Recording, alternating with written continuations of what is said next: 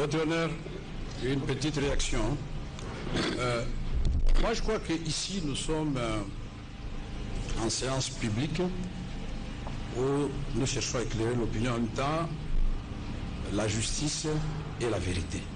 Je ne peux pas comprendre que quand il s'agit des autres prévenus, on sent les ministères publics chargés, mais c'est pour la première fois de ma vie que je vois les ministères publics commencer à défendre quelqu'un alors qu'il a toutes les facultés mentales en place.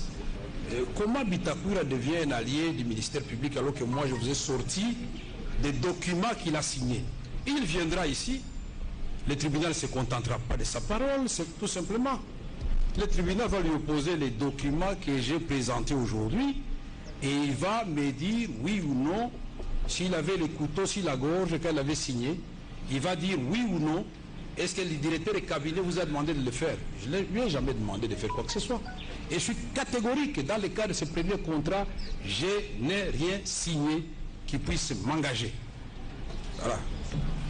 Merci. Oui, si nous pouvons maintenant le compléter, et nous parlons en prenant à témoin un haut magistrat qui a organisé la confrontation entre notre client et le ministre honoraire Bitakwira. Ici, au sujet de cette lettre, l'ancien ministre est venu avec les allures d'un monsieur préparé pour charger notre client.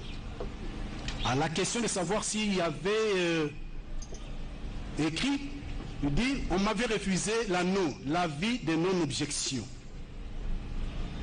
L'AG, Sylvain Kalula, ici, lorsque notre client lui présente la deuxième lettre de Bitakwira, avec la réponse de la direction générale de contrôle des marchés publics, il a paniqué au point qu'il a arrêté. Prenez le procès verbal de confrontation. Ça s'est arrêté où?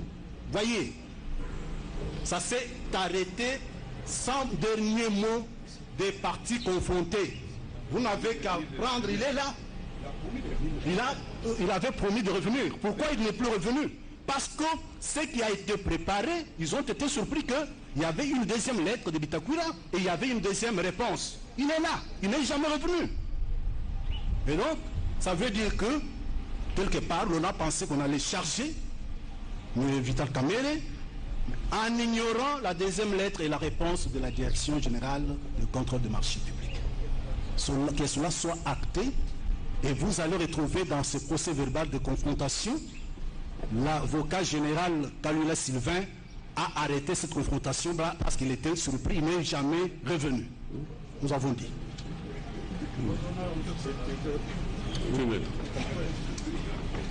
Une petite observation, Monsieur le Président. Nous pensons que le parquet général est parti au procès comme nous. Le parquet général vient ici pour soutenir son accusation. Le parquet général doit prouver. Le parquet général, j'observe que le parquet général a oublié qu'il aurait dû instruire à charge et à décharge. Parlant justement de Bitakwira, Bitakwira a été entendu sous procès verbal. Et il a contredit, lors de son audition et de la confrontation avec notre client, il a contredit ses propres écrits, des lettres officielles. Des lettres officielles. Et pour le parquet général, pour l'officier du ministère public, les dires de Bitakwira lors de la confrontation prévalent sur les documents officiels signés par lui. C'est quand même suffisamment étonnant.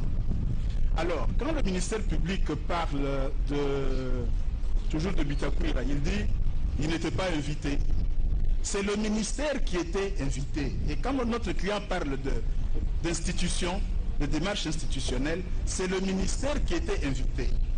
Il ne vient pas et c'est le secrétaire général qui représente le ministère. Le ministère public nous surprend quand il dit que le ministre du Développement rural Bitakwira, Monsieur le Président,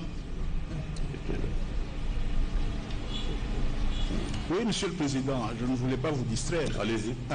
Le ministère public nous surprend quand il affirme ici que le ministre du Développement rural Bitakwira était informé de manière informelle par le secrétaire général. Ça veut dire quoi? Le secrétaire général, ce n'est pas un officiel qui parle, qui fait rapport à son chef. À quel titre? Mais il parle en tant que chef, il lui dit, voilà là où nous avons été, voilà ce qui a été fait. Et le ministère public parle d'informations informelles. Non, cela nous surprend. Cela nous surprend. Nous demeurons dans ce que nous avons dit. Si votre tribunal a compris qu'effectivement... Oui, je suis en train de terminer. Si votre tribunal a compris qu'effectivement, il y a eu dans un premier temps une réticence de la Direction générale des contrôles des marchés publics, le tribunal a compris aussi que plus tard, à la demande insistante du ministre Bitakwira, la même Direction générale s'est rébuffée et a donné un avis, oui, a donné l'autorisation pour cet avenant-là. Si vous avez compris cela, je pense que la question est vide. Merci. Monsieur le Président, Monsieur le Procureur général, La parole est encore. ils ne font que des commentaires, Monsieur le Président. 4 avocats pour commenter la déposition d'un prévenu. Non. Permettez que la République prenne la parole maintenant, parce que vous avez laissé le prévenu faire son discours de politique générale. J'admire votre sportivité. Mais on est devant le tribunal, on n'est pas devant le peuple, Monsieur le Président. Et dans cette intervention du prévenu Kamiri, qu'il tente de faire avaler à votre tribunal, en prenant les médias à témoin, mais je ne sais pas encore une fois si nous sommes malvoyants. Nous ne sommes pas malvoyants.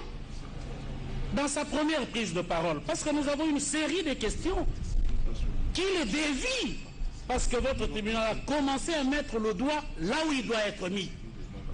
Mais nous avons le même contrat. Lorsque la République dit à votre tribunal que l'avenant n'est pas daté, le prévenu Jamal, heureusement, l'a admis.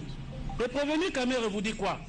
Monsieur le Président, dans le contrat, il ne faut pas seulement considérer la fin, il faut considérer les débuts. Donc le fameux contrat Bitakwira est d'avril. C'est son commentaire. Et il montre au caméraman en disant, regardez, est-ce que ce contrat est signé? Pour lui, il n'est pas signé comme l'avenant. Monsieur le Président, Daté. je dis daté, merci. Ben, je ne sais pas si les quelques jours ici lui ont fait perdre la vue. Le contrat que j'ai ici est bien daté du 19 avril 2018. Ah, là, on a ajouté après, on n'a pas ça. 2018, Ah, ouais. s'il vous plaît. La date n'est pas apposée. On a les classements à la présidence, monsieur. Voilà, c'est très bien, on peut ajouter ça. Je ne sais pas Et si photocopier. le prévenu va regarder, il a le droit de s'y défendre. Non, non. Ce contrat-là est bien daté. Non, non. Ce qui n'est pas le cas de l'avenant. Question maintenant, Monsieur le Président. Parce que le prévenu tente de prendre beaucoup de temps en expliquant des choses. Il ne va pas échapper. Échappé. Votre... Un peu de discipline. Monsieur le Président, il était dans son petit confort.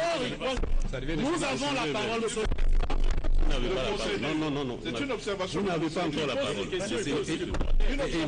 Allez-y maintenant. Votre honneur. C'est pas le mot. Laissez d'abord la République. Je crois qu'il n'a pas le droit de me menacer. Première question, Monsieur le Président. La présomption d'innocence, bel et bien. Comment je ne dois pas échapper? Vous êtes toujours présumé innocent. Et alors, comment vous dites que je ne vais pas échapper? Nous avons une série de questions à lui poser parce que nous sommes partis au procès. Première question qui lui a été posée. Elle est importante, Monsieur le Président. Nous, on ne commente pas nos questions. Regardez. Pourquoi?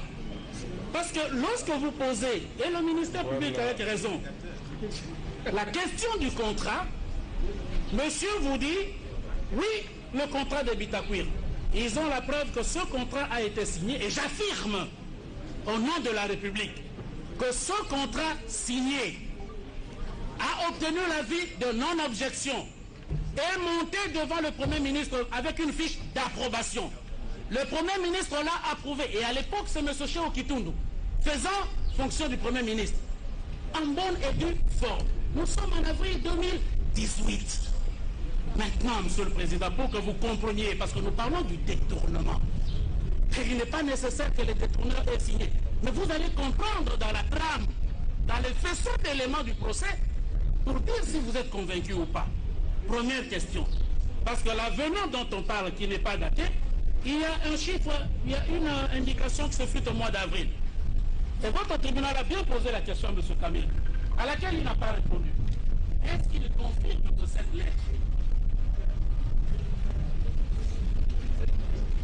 lettre, du 11 mars, parce que nous voulons bien comprendre sa défense. Sa défense. 11 mars 2019. Monsieur nous sommes un peu perdus, superviseur, coordonnateur, directeur de cabinet, écrit au directeur général de la direction générale du contrôle. Monsieur le juge à votre droite a posé la question. Est-ce que cette lettre dans laquelle, Monsieur le Président, vous n'avez pas lu, concerne instruction